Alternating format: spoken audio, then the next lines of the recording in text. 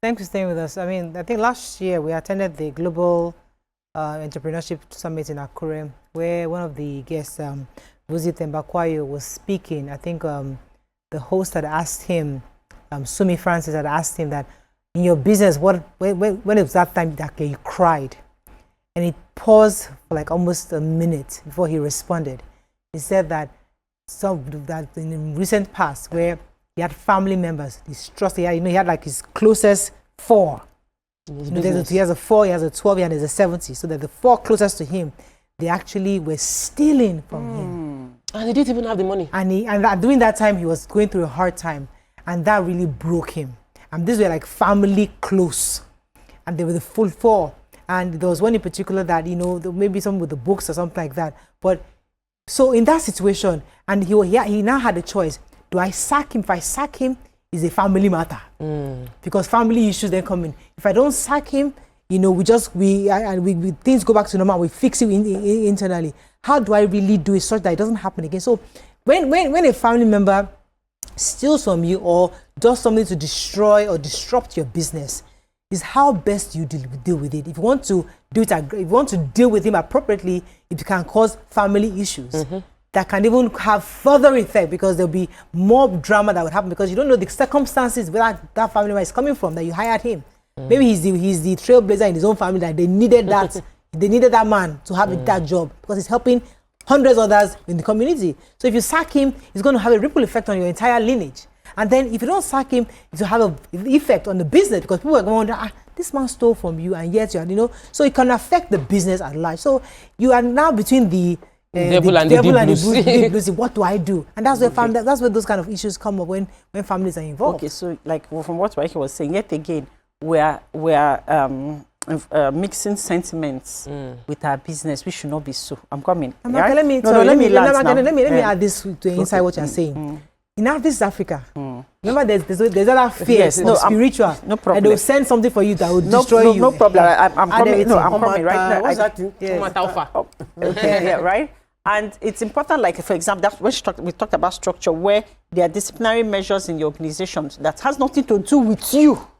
You're not even the one calling the person. You're not even the one talking to the person. You see the way what happened with the NJC, right? You're not even the one talking to the person or whatever. There are people that there's a disciplinary committee or the disciplinary whatever in your company that sorts that out, 1. Then 2, by the time they start sorting the person's matter, that's when they will now come to call you to beg you. You now say, but this is the structure we have in my business. This is how things work. But back to what you said, right? We all know that back in the day, we had parents or uncles that when they come in, even aunties, my mom's elder sister, if she's coming like this, from the gate, if they just sight her car, everybody, I see the whole car, everybody will scatter. Right. Are you joking? Madam of the madam, no nonsense taker. Everybody knows. Both extended family. If they sight her like this, everybody disappears. She's my godmother. She doesn't take rubbish. And their fathers like that when they are coming, everybody. See, and even in their business, you know that this one, you need to be that person. There are people like that. And when people come into their business, they don't mess up. You know that this one will take you. And even the extended family members know that. If you they'll say, is this what you meant to mess with his business? You're on your own. No? Nobody's even coming to beg on your behalf. For example, my brother was around recently. It was just to me like a cousin of ours works with him. And he's a very good guy, very good boy, very hardworking and stuff. So he now said that he now noticed that something happened recently. And when teenagers start changing, now always woman matter. And then he now wanted to act in a funny way. So the manager had told him about it. Of course, he's not going to ask him. So he just said, you have to go to another location and Kiniko, because he needed to also protect him without letting him know that he's protecting him. We were trying to help him maintain his male ego, right? And then the guy in front of everybody now said, I'm not going anywhere. This is where I want to stay. Hey! My brother said, he just said, okay, manager, suspend him without pay. Immediately, they just followed the whole procedure. Nothing concerned. I say, Wakago. Every other thing happened to him. Because there was structure. Right, because there's structure. And no be person tell him to come beg. Because even when he even told his mother, they said, no, we cannot go and beg in this kind of situation. No, we are not begging for you. So personality type is very important. And you need to know yourself. When you know the kind of person that you are, you should know that you can't do business with family. Yeah. Because while it is easy for a person who is naturally a disciplinarian or someone that is very choleric to say, if you do business with me, you know. My dad's elder sister, everybody that we know her. We know how she works. You can't play around her. So because you already know who she is, but the nicer, more permissive person gets abused. So if you, by personality, you are the soft, nice person, don't mix your business with family members. It will make, you might be doing it because you are nice, but it will cause harm for you long term. Your niceness will now become what everybody will be insulting you on. Because if you are harsh in business, they'll say, but she's so nice. When it now comes to business, you'll be very harsh. You see the harsh people, from left to right, they are harsh. People will take them for it. But you see nice people, their head always carries all the wahala. So I feel that knowing your personality type, you protect yourself. You protect yourself from family members that will come and work for you and you not know how to. Like for me, there was one of my staff that we had discussed, I want to fire her. I actually called her to a meeting to fire her, and I saw her face. Her face was not looking very, very sad. I said, what happened? Oh, I should not have asked. Guess what? Instead of firing, she moved into my house. Because she was having problems. The problems were plenty. By the time she finished talking, even me, I was tearing. So there's a structure in place. Do you understand? I won't be the one, like I can't discipline somebody. It's not my area of strength. I don't know how to. So I had to create that structure of, I brought in HR consultants last year. They chopped my money very well, but they've created a structure of disciplining.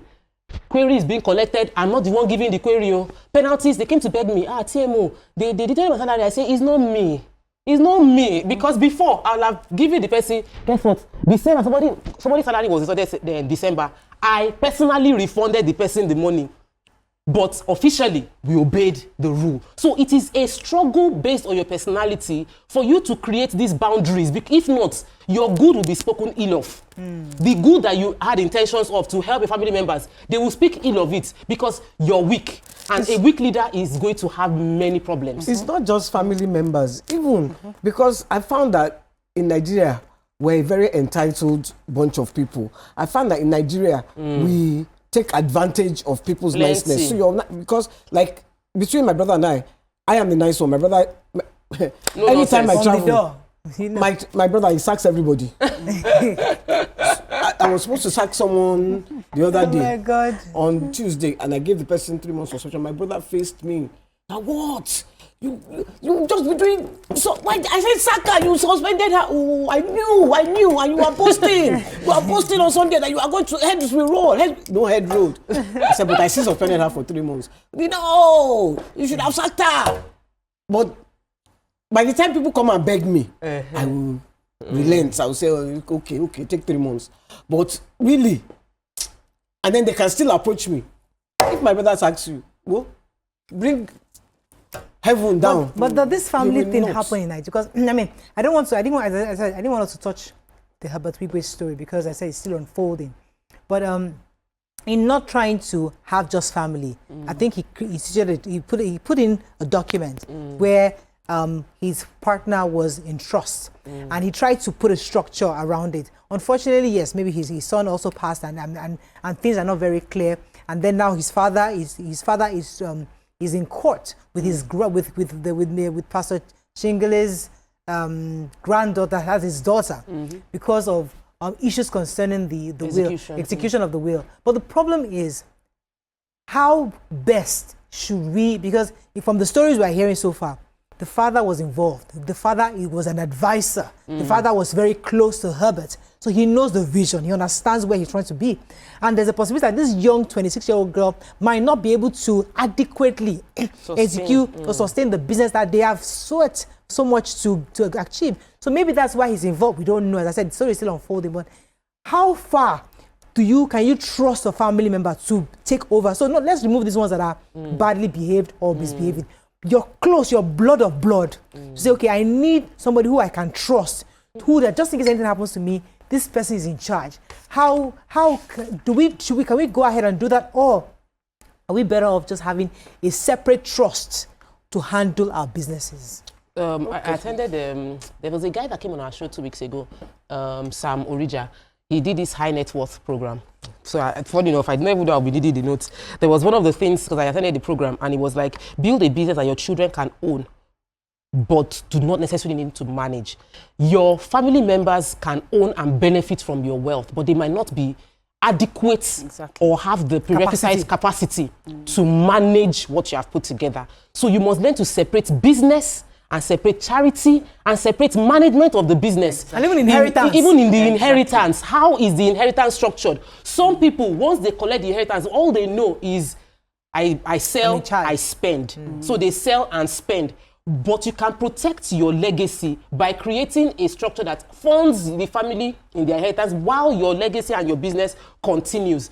The challenge is, may we not, honestly, my heart goes out to the entire Wigwe family, because it is a terrible, peculiar situation that would inform a lot of decisions for many lawyers that are doing trust next time. Because this is a scenario nobody envisaged.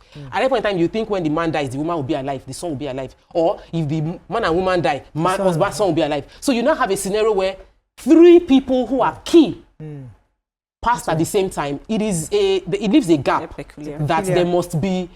They say something that you must, in your olubawi, somebody that can correct you or call you to order. There are things that shouldn't get into court cases because the family has a conflict resolution system. Every family must have a conflict resolution system where things are discussed. You said it before that Igbos have umuna, that they do this meeting and we discuss this issue so that we don't go to the police station or go to court. So I would have preferred that was maybe it was exhausted because it's been over a year. So they must have tried that one and it did not work out. But we must, as everybody that is watching now, institute a situation where family issues are resolved and there's someone that can call your family to order, that everybody in your family, there's somebody that can pull their ear and say, if this man speaks, so maybe in some cases it's pastors and imams. In some cases it's a very revered elderly person that can. There are some people that can drag all the pastors. In fact, bring the Pope God self. They will say that no, conflict will not settle. Yes. There are some people now, So it's. I mean, it's unfortunate. It's unfortunate, but this is where they found themselves, and we have to wrap up on this. But I want to quickly say something. Sorry, in the sense that he had a will, but I still find that in 2025, when you talk to most of others, big women and men, especially men, and you say, "Do you have a will?" Nobody wants to have a will. We are lawyers for a reason. We went to school for a reason. You understand? You need to also sit down with a lawyer, consult with a lawyer that can also help you put your estates in order. So these are the issues too. People just find that wills mean I'm going to die quickly. No, but it's not. So, I like how you say we separate business, so you can understand how you can sustain the lifestyle of your family using your business, but not necessarily having the children or your loved ones manage it. Let the business have its own structure. Unless the children have the capacity, of course. And they must show that capacity because they must have grown with the business. And they must show such that even the stakeholders and even the board members see that this person has the capacity to run the business. But let's go on a break. Now we'll come back, we'll bring in our guests and move on to another topic. Stay with us. We'll be right back. Stay tuned. Your View will be right back.